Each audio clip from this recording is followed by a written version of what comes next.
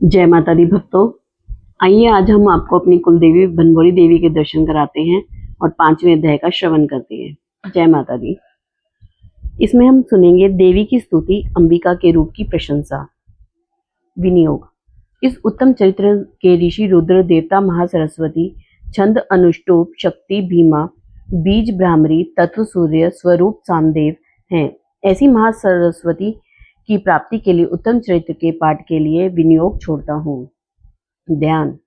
जो अपने कर कमलों में घंटा, शूल, हल, शंख, मूसल, चक्र, धनुष, बाण धारण किए है, शरद ऋतु के पूर्ण चंद्रमा के समान कांतिवान, मनोहर, शीतल, सुंदर स्वरूप है, जो तीनों लोकों की आधारभूता गौरी के शरीर से प्रकट होने वाली शुंभ निशुंभ को मानने वाली महासरस्वती को मैं निरंतर भजता हूँ। ऋषि बोले, प्राचीन समय में शुंभ निशुंभ दोनों असुरों के बल के मद में आकर इंद्र का त्रिलोकी का राज्य और यज्ञों के भाग छीन लिए। उन्हीं दोनों ने सूर्य, चंद्रमा, कुबेर और वरुण का अधिकार पा लिया। वायु एवं अग्नि का काम भी वे ही करने लगे। देवताओं को तो अपमानित, पराजित एवं राज्य भ्रष्ट करके स्वर्ग से निकाल दिया। जिनके अधिकार उन दोनों असुरों ने छीन लिए थे, वे सभी पराजित देवता अपराजिता देवी का स्मरण करने लगे कि उस देवी ने तो हमें वर दिया हुआ है कि आपाति काल में मेरा सिमरन करने पर तुम्हारे महान संकट तत्क्षण में दूर कर दूंगी। यही वरदान विचार कर पर्वतराज हिमालय के पास सभी देवता पहुंचे। वहां भगवती की स्तुति करते हुए देवता बोले, देवी एवं महादेवी को नमस्कार हो, शिवा को सदा नमस्कार हो, प्रकृति भद्रा को नमस्कार हो। हम संयम उस भगवती को प्रणाम करते हैं। रुद्र रूपा को नमस्कार, नित्य स्वरूपा गौरी एवं धात्री को नमो नमः हो। ज्योत्सना रूपिणी चंद्र स्वरूपा एवं सुखमयी को निरंतर नमो नमः। प्रणाम करने वालों की उन्नति करने वाली सिद्धि स्वरूपा को नमस्कार हो। दैत्यों की लक्ष्मी, राज्य लक्ष्मी, शिव शंकर पत्नी माता जी को नमो नमः हो। दुर्गा, संकट के पार कराने वाली दुर्ग पारा, सार रूप सारा, सर्वकारिणी ख्याति कृष्णा, धूम्रा देवी को निरंतर नमस्कार हो। अत्यंत सुंदर एवं अत्यंत भयंकर रूप उस देवी को बार बार प्रणाम हो। जगत की प्रतिष्ठा रूपा की कृति देवी को नमो नमः हो। जो देवी सभी प्राणियों में चेतना कही जाती है, उसे बार बार नमस्कार हो। जो देवी सभी प्राणियों में निद्रा रूप में कही जा गई है, उसे नमस्कार, उसे बार बार नमस्कार हो। जो देवी सभी जंतुओं में शुद्धा और छाया रूप में स्थित है, उसे नमस्कार, उसे बार बार नमस्कार हो। जो देवी प्राणियों में क्षमा शक्ति तथा तृष्णा रूप में स्थित है, उसे नमस्कार हो, उसे नमस्कार हो, उसे बार बार नमस्कार हो। जो देवी सब प्राणियों में लज्जा, शांति और श्रद्धा रूप में स्थित है, उसे नमस्कार, उसे नमस्कार, उसे बार बार नमस्कार हो। जो देवी सभी प्राणियों में कांति रूप में स्थित है, उसे नमस्कार, उसे नमस्कार, उसे बार बार नमस्कार हो।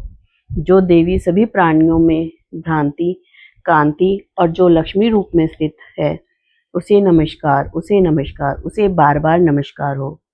जो देवी समस्त जीव मात्र में वृत्ति रूप में स्थित है, उसको नमस्कार है, उसको नमस्कार है, उसको बार बार नमस्कार है। जो देवी समस्त जीव मात्र में स्मृति रूप में स्थित है, उसको नमस्कार है, उसको नमस्कार है, उसको बार बार नमस्कार है। जो देवी समस्त जीव मात्र में तुष्टि रूप से स्थित है, उसको नमस्कार है, उसको नमस्कार है, उसको बार बार नमस्कार है। जो देवी समस्त जीव मात्र में माता रूप में स्थित है, उसको नमस्कार है, उसको नमस्कार है, उसको बार बार नमस्कार है। जो देवी समस्त जीव मात्र में भ्रांति रूप में स्थित है, उसको नमस्कार है, उसको नमस्कार है, उसको बार बार नमस्कार है। जो देवी समस्त इंद्रियों तथा संपूर्ण जीव मात्र की अधिष्ठात्री है, उसको समस्त जीव मात्र में निरंतर व्याप्त रहती है, उसको बार बार नमस्कार है। जो देवी इस सारे जगत में व्यापक होकर चैतन्य रूप में स्थित है, उसे नमस्कार, उसे नमस्कार, उसे बार बार नमस्कार हो। प्राचीन काल में अपने मनोरथों की सिद्धि के लिए देवताओं ने जिस देवी की स्तुति की, इस प्रकार कई दिनों तक सुरपति इंद्र जिनकी सेवा करता रहा, वह मंगल रूपा परमेश्वरी हमारा मंगल एवं कल्याण करे और हमारी आपत्तियां दूर करे। दुष्ट दैत्यों से संतापित हम संपूर्ण देवता जिस भगवती ईश्वरी को नमस्कार कर रहे हैं और भक्ति पूर्वक नम्रता से के स्वरूप मनुष्यों द्वारा स्मरण किए जाने पर उनकी विपत्तियों का नाश कर देती है, वह हमारी भी सभी विपत्तियों को दूर करे। ऋषि बोले, हे राजन, सभी देवता जब इस प्रकार भगवती की स्तुति कर रहे थे, उस समय श्री गंगा जी के जल में स्नान करने के लिए श्री पार्वती जी आईं।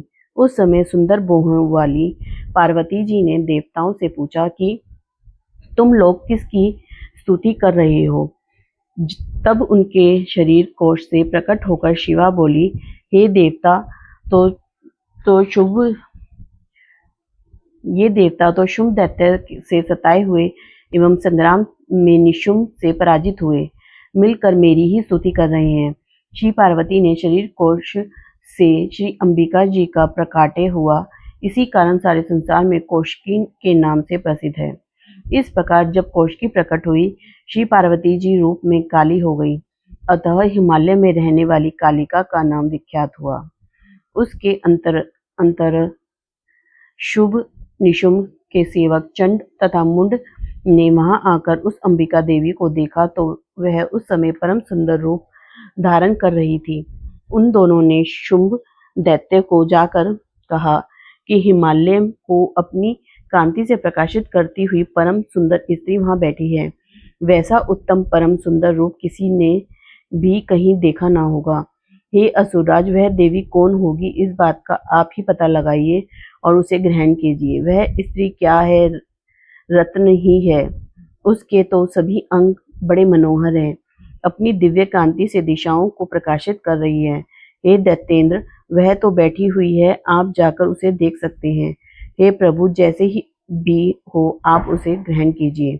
ऋषि बोले, तब चंड मुंड के वचन सुनकर शुंभ ने महाअसुर सुग्रीव को दूत बनाकर देवी के पास भेजा और कहा कि तुम मेरी ओर से उससे इस प्रकार से कहना और इस प्रकार का उपाय करना जिससे वह प्रसन्न होकर अत्यंत शीघ्र ही आ जाए। यह सुनकर वह दैत्य पर्वत के उस प्रदेश पर पहुंचा जो कि अत्यंत सुंदर था। वहां पर ही देवी बैठी हुई थी। वहां जाकर उसने देखा, देवी ने से मधुर वाणी द्वारा कोमल वचन कहे। दूत बोला, हे देवी, दैत्यों का स्वामी शुंभ तीनों लोकों में परमेश्वर है। मैं उसका दूत हूँ, मुझे उसने आपके पास भेजा है। मैं वहां जो उसकी आज्ञा ना मानता हो उसे परास्त कर देता हूँ। उसने सभी देवता परास्त कर दिए हैं। अब आपके लिए जो संदेश है वह मुझसे सुनिए। उसने कहा, सारी त्रिलोकी मेरी हो चुकी है, सभी देवता मेरे अधीन हैं, सभी यज्ञ भाग पृथक पृथक करके मैं ही पा रहा हूँ। त्रिलोकी भर के उत्तम सभी रत्न मेरे अधीन हो चुके हैं। इंद्र के श्रेष्ठ वाहन ऐरावत हाथी को मैंने छीन लिया है। देवताओं ने क्षीर समुद्र से उत्पन्न उच्चई श्रवा नामक अश्व रत्न प्रणाम करके मुझे भेंट कर दिया है, तथा और भी जितने देव गंधर्व और नगों के पास रत्न रूप वस्तुएं थी, वे सब की सब हे सुंदरी मेरी ओर हो चुकी हैं।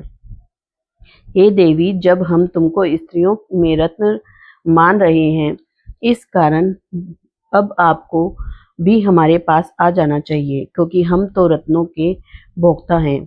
अब तुम्हारी इच्छा है कि तुम्हें अथवा और मेरे पराक्रमी भ्राता निशुंभ को इन दोनों में से किसी को वर लो, क्योंकि तुम रत्न रूप हो।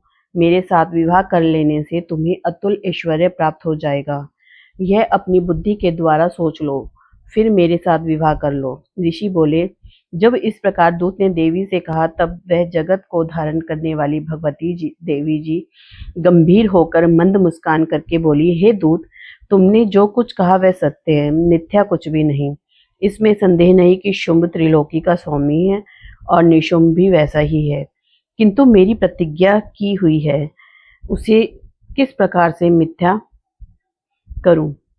प्रतिज्ञा इस प्रकार है, जो मुझे युद्ध में जीत ले एवं मेरा अभिमान तोड़ दे और संसार में मेरे समान बलधारी हो, वह मेरा भर्ता हो सकता है।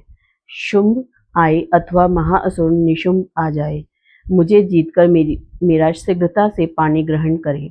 दूत बोला, हे देवी, तुम्हें अभिमान है जो इस प्रकार की बातें मेरे सामने कर रही हो। भला कहीं त्रिलोकी में ऐसा कौन सा पुरुष है जो शुंभ निशुंभ का सामना कर सके? सारे देवता तो दूसरे दैत्यों का सम्मान भी नहीं कर सकते। तू तो स्त्री है, फिर अकेली बैठी है। युद्ध भूमि में इंद्रादिक सभी देवता जिस शुंभ आदि दैत्यों के सामने ना ठहर सके, भला तू स्त्री होते हुए उनका सामना कैसे कर सकेगी? इस तरह चलने से तुम्हारी प्रतिष्ठा होगी, अन्यथा जब वे तुम्हारे केश पकड़कर घसीटते हुए ले जाएंगे तो तुम्हारा गौरव नष्ट हो जाएगा। देवी बोली, हे दूत, इसमें कोई संशय नहीं कि शुंभ बलवान और निशुंभ भी पराक्रमी है, पर मैं करूं तो क्या करूं? प्रतिज्ञा करने से पहले यह बात मैंने नहीं सोची थी। अब तुम जाकर असुर राज को मेरी यही बात कह दो, फिर उसे जो उचित दिखाई दे वही करे। जय माता दी भक्तों, अगर हमसे श्रवण करने में कुछ त्रुटि हुई हो तो माता रानी हमें क्षमा करे। भक्तजन, आप भी मुझे क्षमा कीजिएगा और मेरे चैनल पे बने रहिएगा। जय माता दी।